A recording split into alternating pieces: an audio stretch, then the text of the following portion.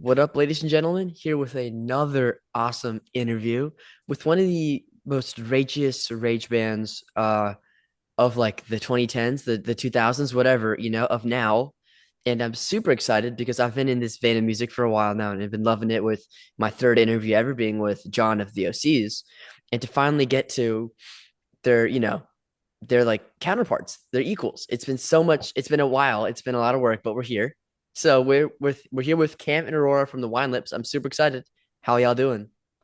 Good. Thanks for Excellent, having us. excellent. Hell yeah. Awesome. Yeah, yeah, yeah. And I know you guys just had, the new record out in 24, Ultra, Super, Mega, right? And then Super mega ultra. su damn it, Super Mega Ultra. Okay, my bad. We Su forgive you. Super Mega Ultra, right? And then like a whole tour, and now it looks like you guys are gonna do maybe some extra touring in 25 because you're playing Eyes Open in the UK, which is super exciting. But what are the Yeah. plans for Wine Lips? Because you just did another album, you just did a massive tour, and it looks like you're gonna be touring again in 25. Yeah, more touring in 2025. So far Europe mostly, but I'm sure there'll be more like offers will come in. And I'll probably start writing the next record at least. I don't think we're going to record anything, but hopefully for 2026 we'll have a record. Exciting. What do you think you do different on another record that you wouldn't do again or that you didn't do on Super Ultra Mega? Super mega ultra. Literally super mega ultra. Super mega ultra. What would we do again? Is that what you said? Yeah, what would you do different? What would we do different? I think that's kind of what we're trying to figure out, or at least what I'm trying to figure out is kind of where to go with it. Haven't really started anything. I have a couple ideas. I have a couple riffs I've been working on and stuff, but I don't know yet. Super exciting, super mysterious. What about you, Aurora? Do you have Ooh. any insight? Um, Not yet. Yeah, just because we haven't really thought about thought heavily about the next one yet. So it's hard to think of where to start. But yeah, I think we'll look at the most recent one. We'll look at like Mushroom, Death Ex. We'll look at Stressor and just kind of see what works and what's been a lot of fun and kind of just translate that to the next one. Super. And let's say you go like completely out of the way and you do a collaboration album. What would be that one artist or group or whatever that you may want to do a collab album with? Hmm. Right now, I'd do it with Bad Nerves. yeah, I was gonna say probably like our buddies, like Bad Nerves or like Frankie and the Witchfinger or one of them. That would Frankie would be awesome because I've been in touch with Pickles for a while now. We haven't been able to schedule anything, but she's super cool. And then Oh yeah, I've been like trying to catch Bad Nerves because they played Atlanta, but I missed them. I missed you guys too. I've Dutch at missed Yeah. Shaky everyone. Knees. Yeah. Yeah, I was at Shaky Knees on that day, but I was camping out for Queens of the Stone Age, so I didn't really get a Uh, chance to sneak out. But I heard it was a crazy set. I heard it Yeah, was awesome. yeah, theirs looked awesome. Ours was awesome. Yeah. yeah, it's a cool festival. For sure. I mean, I think Shaky Knees is like because I'm in Atlanta, if I didn't say it. And Shaky Knees is kind of our like crown jewel because we've Yeah. lost all the other festivals. Um, like Music Midtown was our other big one for pop music, and that kind of dissipated. So everyone's leaving us except for Shaky Knees. So we're holding that Right. strong, you know? And that is like I would say one of the like it's probably the better one of the better festivals we played in the US. Hmm. Or like yeah, it was huge. Oh, yeah. I mean, it was insane to think that we have like a group of weirdos that big to to like Mhm. fund a festival with thousands of people listening We to the we same love music. Atlanta.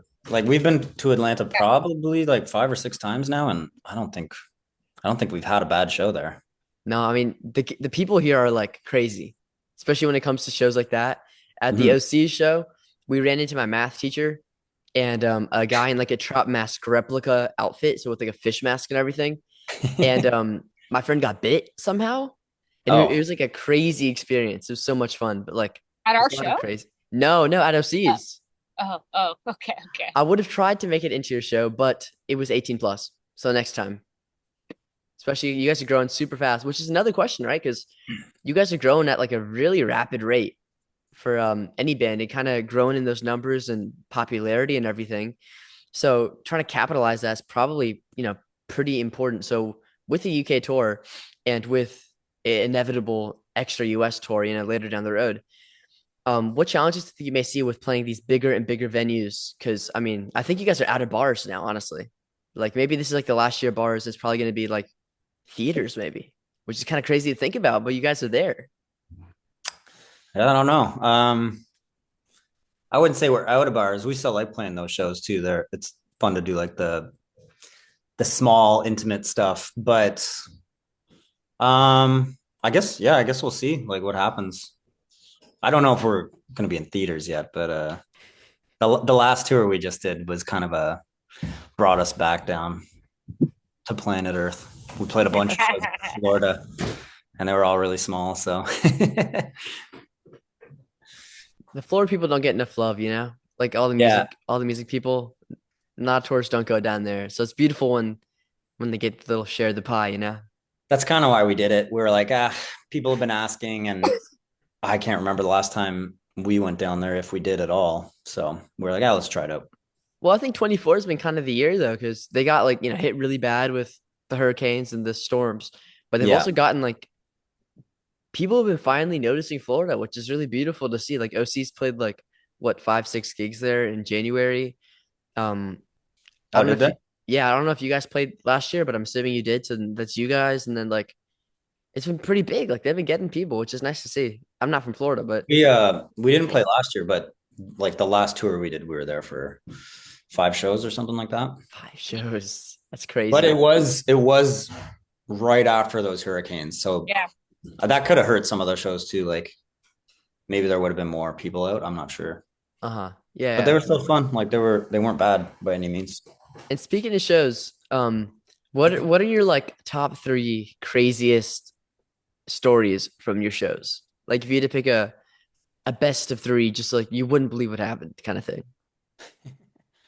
Hmm. I always like get asked these questions and then I can't think of anything, and then I'll think of something like later on. Yeah. One that comes to mind is like early on when we were touring, like booking our own shows in Canada here. We were playing a place called Sault Ste. Marie, and there was like maybe 15, 20 people there. And while we were playing, there was like this one guy who was super wasted and like running around, like moshing or whatever. But he got on the back of like it was almost like a lazy boy chair, but he like stood on the back and then went to do a backflip, but just jumped right on his head. And I was turned around, but I saw Aurora's face. She saw the whole thing. And then I turned around, Yeah. I was upside down. But before all that happened, he was like, "Oh yeah, you guys can sleep at my house." But then he got like taken away, and we were kind of like, "Oh shit, what do we do now?" That was kind of just a funnier story I can remember. No, that's actually crazy though. And yeah, I'm you sure see that there's sometimes. crazier things. There's definitely been crazier things that have happened, but Yeah, I feel like there has too. And we always just like go back to that story because that one just always stands out. It's the one we've told the most. No, but that's actually like it's kind of funny because I see that happen way too much at shows when they'll sometimes just stage divers that continually try to stage dive and then the yeah, crowd somehow like makes a hole for them and they just yeah. get completely screwed over. I feel terrible. Like I love stage divers. I could never, but like I'll do it. Um, I feel so bad, man. Like There was the last time we were in Europe, we were somewhere in France, and it was like Mhm. a outdoor festival, kind of smaller. But this one older guy kept, like you said, he kept coming up on stage. And like after like the third time, I was kind of like, okay, whatever, dude. And he like fell over, like all over my shit. And then he like took out the drums at one point, and it got to the point where he was jumping, and people were just like getting out of the way. And I was like, stop, just stop it, man. Like, the This guy again. yeah, look of shame, huh? And then you actually bring up a good point, right? Because for me, like for the fans, I think the barriers are kind of like a no-go in a lot of instances. Like Mhm. I get it in bigger shows, but it's smaller shows. It's kind of just like funner to have no barriers. Is it the same perspective from the artists? Like, do you guys prefer these like kind of no barriers, like every man for themselves kind of shows? Yes and no. I like the Um, no barriers, but sometimes it can get like out of hand. I But like most it. part, great. It is fun because it's like super chaotic, but like there was one again when we were in Europe, we did this one show and it was like a really small, like no stage. We were on the floor and there was like obviously no barriers and the people were right there. And I think we were all just like super tired because we had been on the road for like a month and like I think we all partied maybe a little too hard the night before. But the people kind of just kept falling over us and like I feel like I kept getting like smashed in the mouth with the microphone and I was like kind of not feeling it that night. So I was like getting a little annoyed and like people falling over stuff and like unplugging pedal boards and stuff, which kind of just can be frustrating sometimes, I guess. But it's still fun. But like looking back, it's funny. But in the moment, I was like, oh, fuck this. No, I can definitely imagine that that pissed me off too, you know? Like in the middle of a gig, if you're just like all your shit's getting unplugged. Yeah, but at the same time, it's like I don't want people to not move around. Like obviously, we'd rather people like mosh and have a good time. So I think we were just all like kind of mentally drained that night. Yeah, I totally get that. And I mean, I think this like non-barrier shows make it seem so much more primal. Hmm. Like it really is like you're in the jungle and everyone you can't smell like you can't I think one of the best parts is like you can't at least for like I'm kind of a shorter guy and you have to like put your head up to get any air because the rest is just like stinks of BO and it Yeah, must. You know, those memories kind of like they make it, you know? yeah. And then your No, friend they're getting awesome. trampled and it's so much fun. I want to relive that like over and over and over and over and over again. Yeah, and like for me too, like going to my first shows when I was underage, it was the same thing. Like going in the mosh pit and stuff was always like you remember that stuff Oh forever. yeah. So obviously, like It was exciting. I love when people do that, Yeah, but yeah. I think we were just having an off night, so it was no disrespect to the crowd at all. They're gonna remember it forever, the rest of their lives. Yeah. The night the wine lips screwed us over. No, but like my first mosh was probably not the best place to have first mosh. It was at a like an arena show for Mastodon and Lamb of God because I interviewed Mastodon's drummer, and so he like invited us over, and I was so scared because they had like circle pits, which is Yeah. super scary. That's like way that's so much worse than like a punk show. Um, like there's like these big ass guys like running and pushing you, and if you get to the Yeah. middle, you're screwed. And Like at no like one's metal saving you. shows, they're rough. They're aggressive. Yeah. Yeah, it was so scary, but it was like the best time of my life. And I got in like for the first time. I skid like someone pushed me and I immediately fell and I skidded across the floor and my pants got so ripped up and I was bleeding and it was like, dude, I wanted to go back in. I did, and it was amazing As long as you don't get hurt, it's always fun. And for sure. And I mean, even when you get hurt, it's kind of like you weigh the consequences, and like most of the time, I feel like, especially punkers are delusional enough to be like, you know what, is it that bad? Are the medical costs that bad? It's it fine. kind of adds to it. Yeah, it all adds to the experiences. You're right. You're right. Would you guys ever consider doing a acoustic or kind of like a slower album rather than like a fast-paced punk album? Um, I don't know. Like, I guess I wouldn't be like shut down to it. Like we've kind of dabbled on like I a don't know if we'd like do song. acoustic, like a whole acoustic album. Yeah.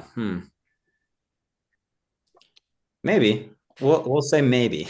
But I feel like it's not us, but like yeah, we could try it out maybe one day. Maybe when we're like older and sick of screaming and And I want to play a box drum. Yeah, those are cool though. Like the Vox drums are so super cool. My janitor used to play that at our school. Like he'd bring it in sometimes and play it for all the kids, which is I mean, I awesome. guess a drum set's still acoustic. Yeah, and Yeah. that brings up another good question, which is like, you guys have done KEXP sessions. You've done like sessions from different places around the world. You've done everything. I don't think you guys have done a tiny desk though. Would you consider doing a tiny desk? Yeah, that would be. Yeah, I obviously would consider it, but that would be.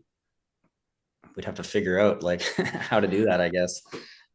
I'd love like a little mosh pit, like 20 people getting pushed, like office workers in their suits and everything. Yeah, That I'm would sure be like that being there because you only see like on the band for the most part, but it's got to be a little weird for some of the bands that do it.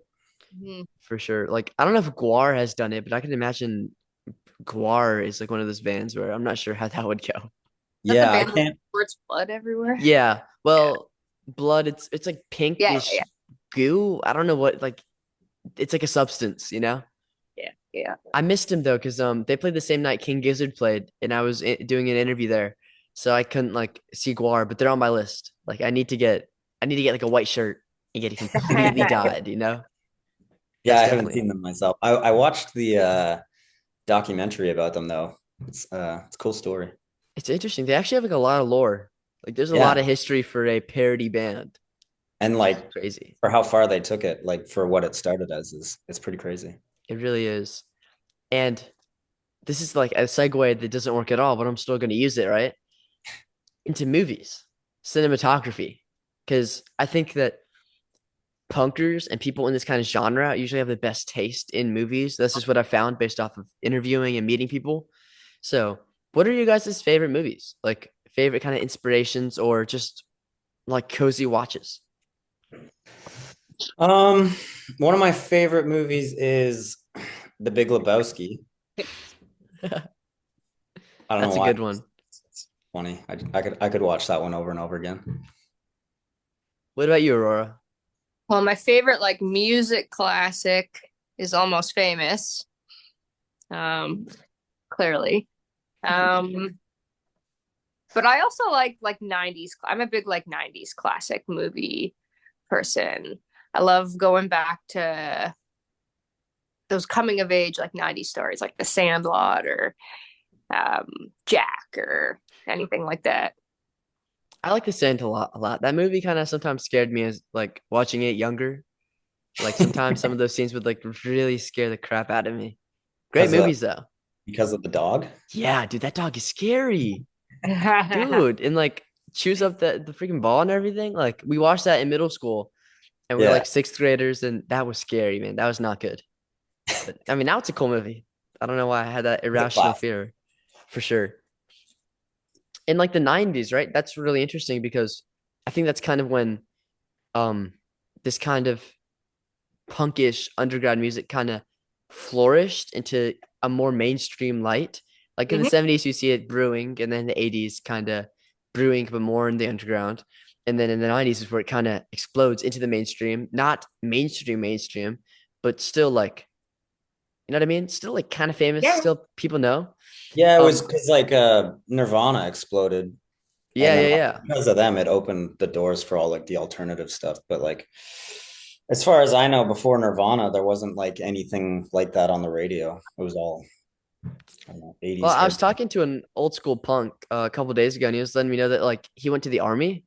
And apparently, like in the Coast Guard, they would only listen to like the Ramones and to the Buzzcocks and to like this very specific brand of punk for some reason, which I think Sick. kind of matches honestly. Like army and punk go together pretty well. I wouldn't have expected that, but yeah, that's awesome.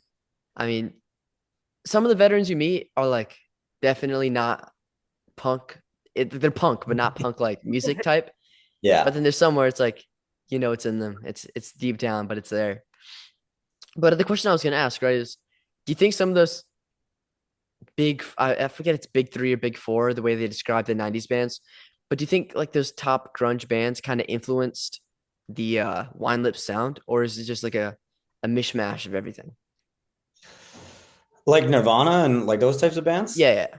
Um, I mean, I definitely like and appreciate those bands, but I don't know if they would have directly, like, yeah, I guess so. Like, but I don't know if they would have directly influenced this band. But Mhm. maybe Just the like the class way, in general. yeah, Yeah. maybe the way that I look at songwriting, because like Nirvana was very like simple, catchy songs. So then that actually, thank you for that. How do you go about songwriting then? Is it just writing it, getting or like do you have moments of bursts, or is it always in Yeah. songwriting mode? Or No, definitely moments of bursts. Usually it'll just start like with a riff, like playing guitar, and something will stick. And then usually I'll just do like a phone recording, like and voice memo it. And then I'll come back to those when I am writing. And then I'll always like, there's always riffs I forgot about. And then if I can string like a melody to that, then I'll usually kind of go from there. But other times I will just sit down and like kind of write something front to back. And that's happened before too. But Mhm. mostly it'll start with like guitar and a riff. Fun, yeah, yeah. And this is completely out of the left field, but I was just thinking about this. David Bowie's last record, Black Star, which is this weird dance electronica, but David Bowie-esque album. It's incredible. It's his best album easily, in my opinion. But it's like this, it's like dance music into Bowie with like saxophone solos everywhere, and it's like a weird fever dream. I don't Would think you, I know that one dude? actually. You need to. There was a the What's it called? uh Black Star, I think. Yeah, Black Star. And one of the tracks is called Lazarius, where the music video is him with like Coraline doll eyes, and that scared the shit out of me when I first saw it when I was like 8.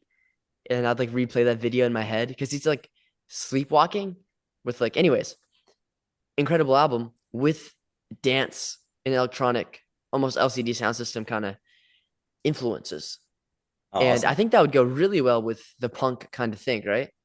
Would you guys Yeah. ever, would you think about doing that? Like, I can imagine, you're going crazy, and then after what, 40 minutes, the disco ball kind of comes down, and then it goes into this like rave kind of thing, you know?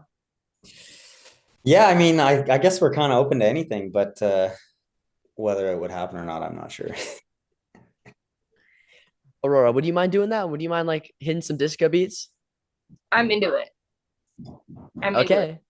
We start our show off with some like disco-ish beats. Like not us, like our like A song walk-on song. play before on, yeah. Uh, like some ABBA? Um, Most recently we were doing Staying Alive by the Bee Gees. That's good. That's good. I love the Um, VGs. and then for the longest time we were doing Everyone's a Winner by Hot Chocolate. Yeah, yeah. I Those still are think that BG's pick is like awesome. yeah. The best part is whenever people try to sing it, and you can really tell if they hit it or if they don't. Like there's no in between. You either get it or you don't. And No one's hitting it. nope, no one is. It's so funny to hear like the cacophony of like dying cats in the background. Just kind of, I don't know. That's one of my favorite kind of, you know, The bold karaoke choice. very bold. You have to be like the most manly of manly manly men, or the most manly of manly manly women. You just have to be like that guy. You have to be that person, or like a dad. I think a lot of dads are like carefree in that kind of sense. But yeah, Bee Gees, awesome. And I think a dance album would go really well.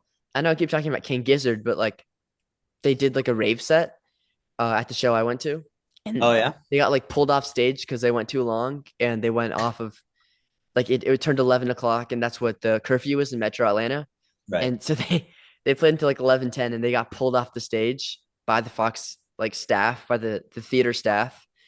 But it was like a rave, and it was so much fun. Like after ending a metal show and like a dance show with these bright lights and like the synth board and disco beats, and like it was crazy. It was really like a fever dream. Like you would never That's expect cool, it, yeah. you know? I think Frankie could definitely rock that. And right, speaking of that, let's say you go on tour, and we already talked about collaborations um with bands, right? Like a collaborative album. If you did do a collaborative tour, but opposite. So a collaborative tour, you had to pick someone to go touring with you, and they're kind of in no way related to you guys in the sense of music. Right. Okay. Like Hmm. not punk at all. I guess metal could count, but that's kind of boring. So maybe don't pick a metal band. Yeah. Something that's completely there that you think there could be some connection to. Like I know there's a rap group that opened for Clairo, if you know who she is. So I it's like they were getting don't. they were getting the crowd hyped, and Clara was like a bedroom pop artist. So, the crowd kind of goes sleazy. And Yeah, there's like this crazy mixed match. And I've been thinking about that a lot, my Roman Empire. So let's say you guys do that. What would that artist be? like a current Sure. band. Or like ghosts. That'd work. Or Hmm. Yeah, that's tough. Like if it was like someone not alive right now, I've just been listening to a lot of like Roger Miller, like the old country guy. Yeah. Like something like that would be kind of cool. Just because it is completely different. But I'm trying to think if there is like a yeah, like something kind of like rap, like dancey would be kind of interesting because it is so different. What about you, Aurora? Got any picks?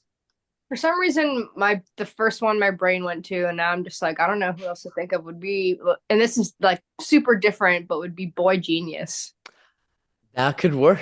That could actually work. And I'm like, could it work? I don't know. And I'm like, well, I can't think of who else, so I'll stick Boy with Genius would have to get together just to do this tour, yeah, you know?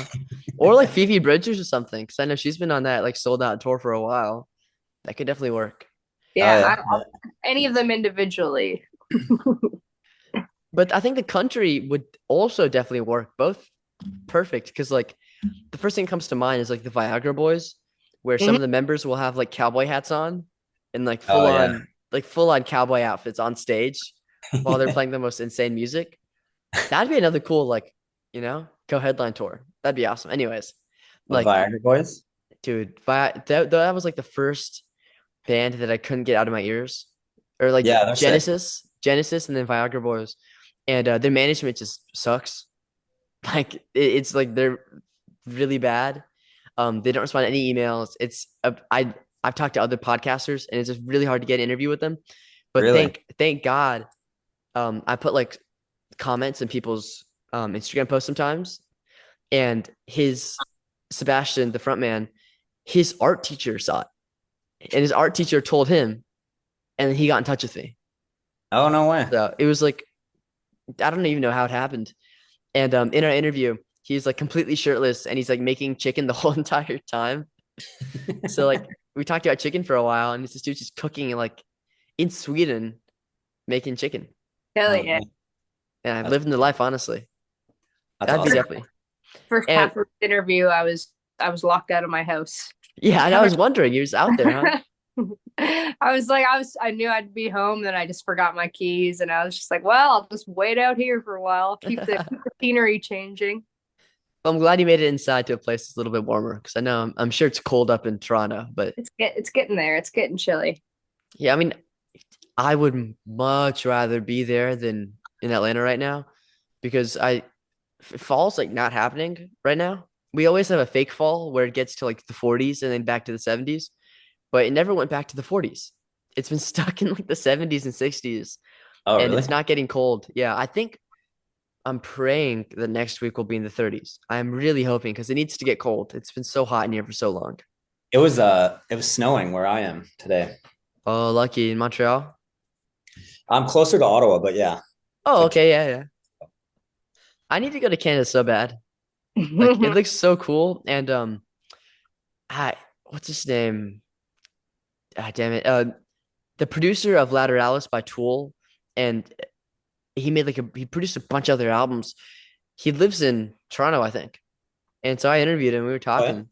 Yeah, it's crazy. Like you guys really have like a untapped resources. Like I think it's like Australia, where Australia has like some of the most crazy bands out right now. You guys also have a lot of bands that people just don't talk about. And like the local scenes are really fun. Yeah, I think for a lot of Canadian bands, it's a little tougher to tour just because Yeah, everything's so spread out in Canada, and then it's really expensive to go visas and everything. Yeah.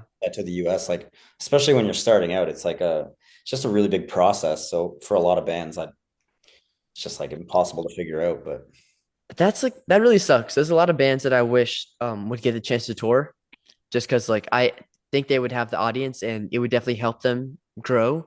yeah, But it's I can imagine it's very expensive and if you don't make any profits or if you go into the negatives, That sucks. That really Yeah, like sucks. we definitely have a lot of friends like asking us like for advice and stuff, and it's always just like, yeah, I don't know. Yeah. Just gotta wing Always- it.